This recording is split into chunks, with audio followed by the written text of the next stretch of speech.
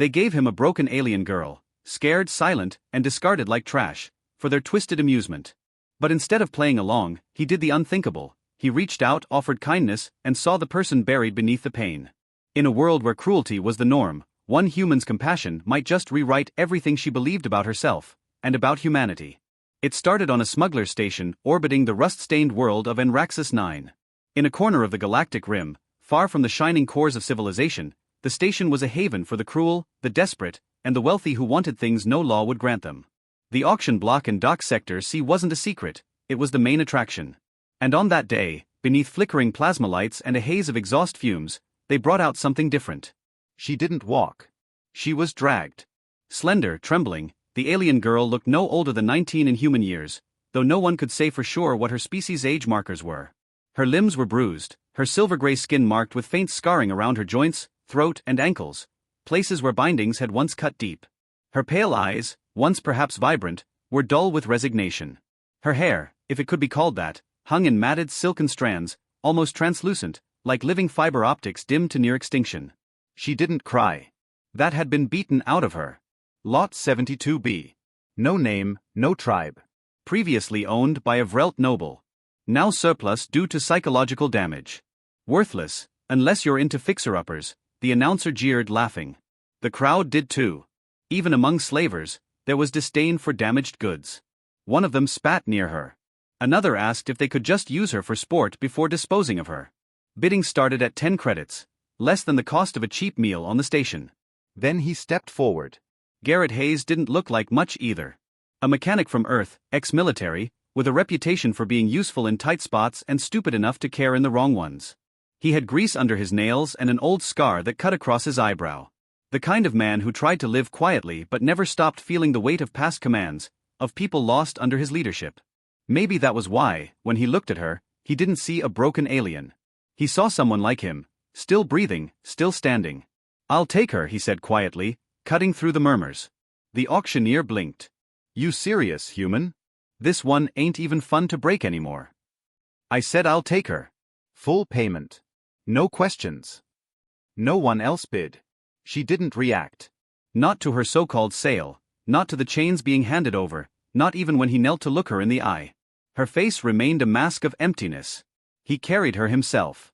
Not because he had to, but because he couldn't bear to see her stumble again. His ship, the Iron Dandelion, was a far cry from luxury, but it was home. As he laid her on the med bunk, she curled in on herself, silent, unmoving. Garrett didn't know her language, and she didn't speak basic. But trauma? That needed no translation. He didn't touch her again after that. He gave her space. Let her eat when she could, left water nearby, and programmed the lights to shift slowly instead of flicking on. She flinched at noise, so he moved quieter. He never locked the door to her room. Days passed. Then a week. She remained silent, watching him with hollow eyes whenever he came close. The first time she reached for a nutrient bar, he said nothing, just nodded once. The second time, she finished it entirely. Then came the night he found her standing in the engine room, arms trembling as she stared at the humming core. Not touching, not moving, just staring. "Do engines comfort you?" he asked softly, though he didn't expect an answer. To his shock, she replied. "Warm," she whispered. Her voice was broken, raspy, but the word was clear. Garrett didn't respond. He simply sat down beside the humming coil and let her stay there as long as she wanted. It was slow, like thawing ice. She never said her name, but he started calling her Aya, after an old Earth word that meant miracle in some long-dead language.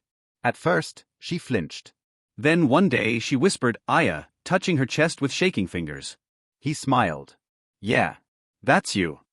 He discovered her species, Zethari, were once a peaceful people known for bioluminescent art and memory sharing. Her eyes had begun to glow faintly again, just a soft biolight in the dark of her bunkroom. It came back whenever she sat near the engine or heard music. Garrett started playing music more often. Old Earth tunes. Soft jazz. Ambient string compositions. He didn't try to fix her. He just gave her reasons to not break further. Then the bounty hunters came. Apparently, her former owners weren't done with her after all. Garrett saw them before they landed, 2 ships armed, flagged with mercenary guild symbols. He had time to jump. Time to run. But Aya had just started to smile again. She'd begun humming to herself in that strange melodic cadence of her people. He wouldn't let them take her. The battle was short. Violent. 1-on-3, Garrett fought like a man possessed. He took a plasma bolt to the shoulder, but he won. When he came back to the ship, bloodied and limping, Aya ran to him, for the first time unprompted, and wrapped her arms around him, sobbing. You stayed, she cried. You didn't leave me. Garrett, in pain half-conscious, only smiled. Course I didn't. You're not something to run from. She began to speak more after that. Bit by bit, her vocabulary grew. Garrett even found an old Zethari dictionary from a linguistics database and began teaching her his language properly. In return, she taught him hers. Their conversations remained sparse, but meaningful. And through it all, Aya began to change. Her glow returned. Not bright, not overwhelming, but enough to shine faintly in the dark. Her body healed, her posture straightened. She started helping around the ship, learning the systems. They had inside jokes. Shared meals. Laughter. One night, as the stars passed by outside the viewing deck, she looked at Garrett and asked, "Do I belong?" The question struck him like a blow. He took her hand gently, squeezing it. You've always belonged, Aya. The only mistake was them trying to convince you otherwise. She stared at him, and then in a move that surprised even herself, leaned forward and pressed her forehead gently against his, a Zethari gesture of deep trust. You gave me warmth again, she whispered. You gave me. Garrett didn't cry often, but that night he did. Not for her. But for everyone who had never been given that chance to be seen as more than broken. The iron dandelion floated silently in the cold abyss of space, battered but unbroken. Garrett lay back in the medbay, feeling the dull ache in his side, a constant reminder of how close they had come to losing everything.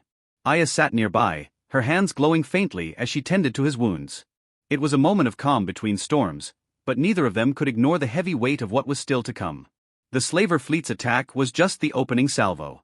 Now, every moment was a race against time. They were fugitives hunted by merciless enemies who viewed Aya as nothing more than property, a broken commodity to be reclaimed or destroyed.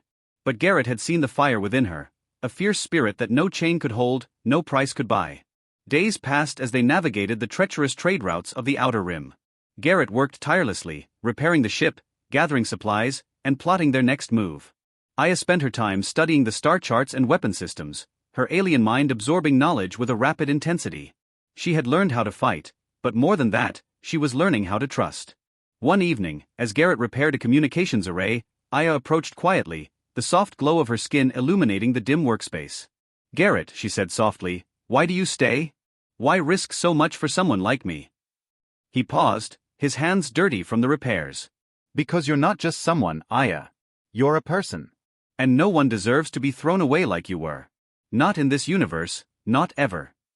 She looked away, emotions flickering across her alien features. I was worthless to them, a broken slave left behind. But you saw something different. I saw a fighter.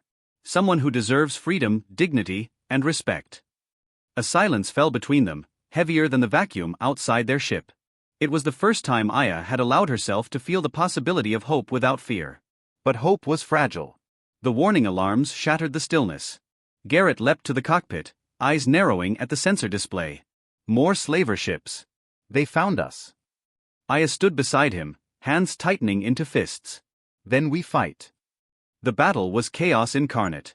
Laser fire streaked through the void, painting the darkness with deadly light. The enemy ships swarmed like predatory insects, their numbers overwhelming. Garrett's hands flew over the controls, his every movement precise as he danced through asteroid belts and debris fields. Aya was a whirlwind of deadly grace, moving through the corridors with fluid speed, her bioluminescent skin flaring in combat. She wielded a plasma blade, slicing through boarding parties with terrifying efficiency. But it wasn't just skill, it was raw willpower, the kind born from years of pain and survival. At one point, a stray blast hit Garrett's side again, sending him crashing against the control panel. Pain flared, sharp and unrelenting. Aya was there instantly, catching him before he fell, her glowing hands pressing to the wound, channeling her species' healing energy. "Hold on," she whispered. "I won't lose you." The medbay was a refuge amid the storm. As Aya worked, Garrett's vision blurred, but the warmth from her hands and the steady glow of her presence kept him tethered to life. Hours later, the tide turned. Garrett's desperate tactics disabled the flagship's engines, sending it spiraling into a field of asteroids. The remaining enemy ships scattered, defeated and retreating. Exhausted, Garrett leaned back, breathing heavily. We won this fight, but they'll come back. Aya nodded, her expression fierce. Then we keep fighting. Together. The days that followed were a strange mixture of hope and preparation. The Iron Dandelion was no longer just a ship, it was a symbol of resistance. Garrett and Aya formed a quiet partnership built on mutual respect and unspoken understanding. Aya revealed fragments of her past, of the culture she came from, a peaceful planet destroyed by war, leaving her the last of her kind.